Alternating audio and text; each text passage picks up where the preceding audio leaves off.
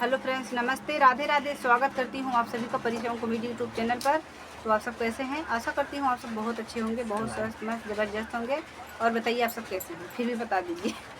और आज बहुत ही प्यारा, पहले हम बताते हम ठीक है। पहले हम सुन ला, अब एकरी बाद आपन बताओ जो सब बढ़िया हाथ गया। बताओ बतावा कहे चुप आ दिया।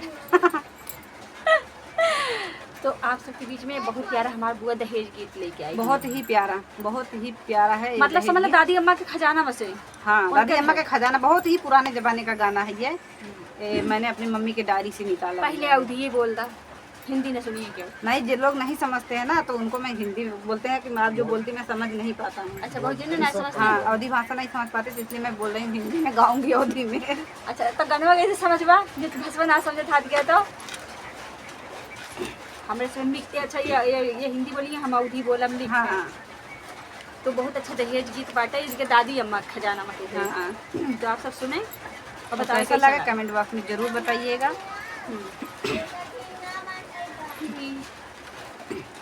लिखे अंगुली से खूनवा निकाल चिट्ठिया, लिखे अंगुली से खूनवा निकाल चिट्ठिया, माई सहियो के तरसई तोहार बिटिया, माई सहियो के तरसई तोहार बिटिया। कौन विधि जिया राके अगिया बुझाई, बैठी कौन कोनावा में रोवाहू ना पाई, कौन विधि जिया राके अगिया बुझाई, बैठी कौन कोनावा में रोवाहू ना पाई, रोवत मिली जो परत लठिया, माई रोवत मिली तो परत लठिया, माई सहियो के तरसई तोहार बिटिया, माई सहियो के तरसई तोहार बिटिया।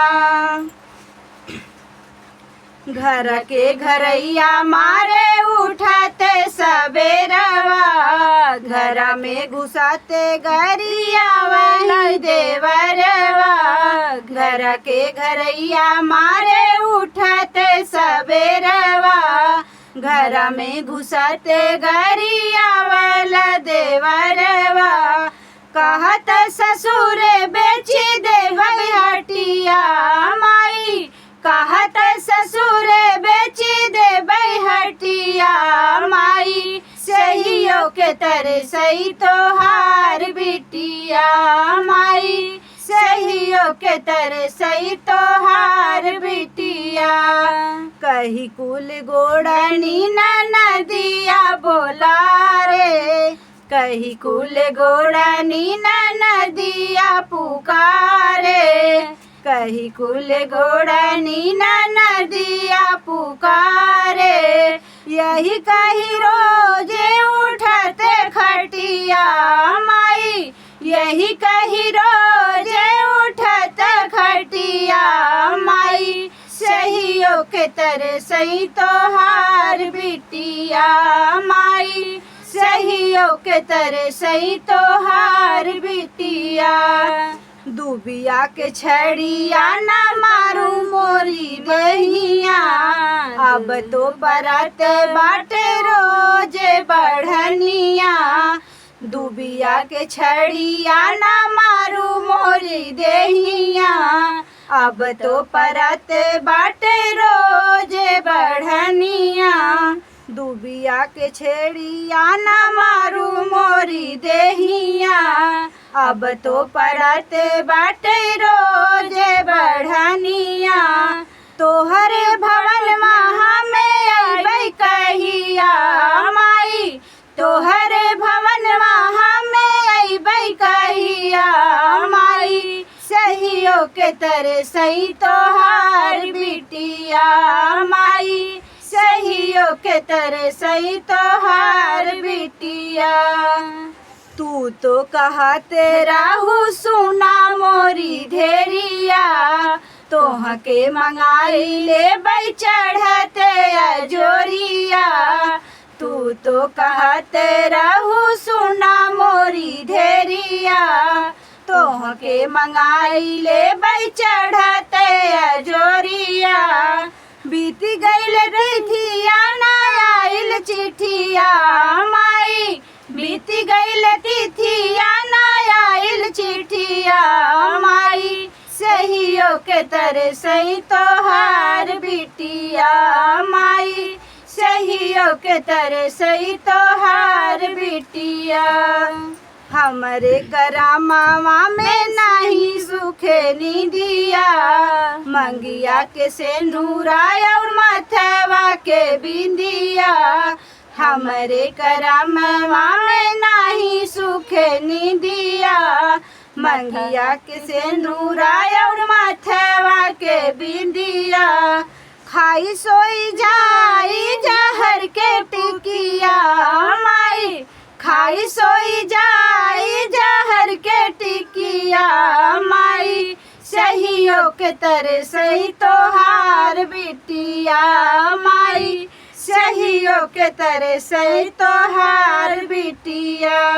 बीच में एक शायरी है कि जिंदगी में जो कुछ चला गया है उसके लिए है, जो चला गया है वो लौट के नहीं आने वाला है। तो इसमें शायरी क्या है, जो बीत गया वो बीत गया, जो बीत गया वो बीत गया, तकदीर से शिकवा कौन करे। जो बीत गया वो बीत गया, तकदीर से शिकवा कौन करे। जब तीर कमान से निकल गई तो तीर का पीछा कौन करे। तो ये चीज़ है, वो बेटी अपने माँ से बोल रही है, तो उसकी माँ जो है यही उत्तर दे रही है उसको शायरी के रूप में। तो आगे सुनिए क्या कह रही है बेटी अपने माँ से रो रो के। बेची डाला बकी के सगरो फसलिया, बेची डाला बकी के सगरो फसलिया। दई डाल राजदूत मोटर साइकिलिया, दई डाल राजदूत मोटर साइकिलिया। नाही फिर पैबू माई मोर लसिया, नाही तू पैबू माई मोर लसिया माई। सहियो के तरह सही तोहार बिटिया माई, सहियो के तरह सही तोहार बिटिया। अब वो माँ अपने बेटी को संतुष्टि देने के लिए, मतलब जो तो जिंदगी में अब आ गया है वो तो आने वाला नहीं, जो बीत जा रहा है उसको तो जाएगा, जो आ रहा है उसको भी उसको झेलने के लिए उसको कैसे मोटिवेट कर रही है। जिंदगी में एक राज है, जिंदगी एक राज है, हर राज छुपाना पड़ता है।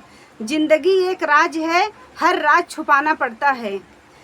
जिंदगी में चाहे जितने भी दुख हों, लेकिन महफिल में मुस्कुराना पड़ता है। मतलब उसको जीना सिखा रही है, उस हालात में भी उसको जीना सिखा रही है माँ अपनी बेटी को। तो कैसा लगा आप सभी को ये दहेज गीत, कमेंट करके ज़रूर बताइएगा। सभी से रिक्वेस्ट है फुल वॉच ज़रूर करें और थैंक यू सो मच। आप सभी का सपोर्ट हमारे लिए बहुत बहुत मायने है।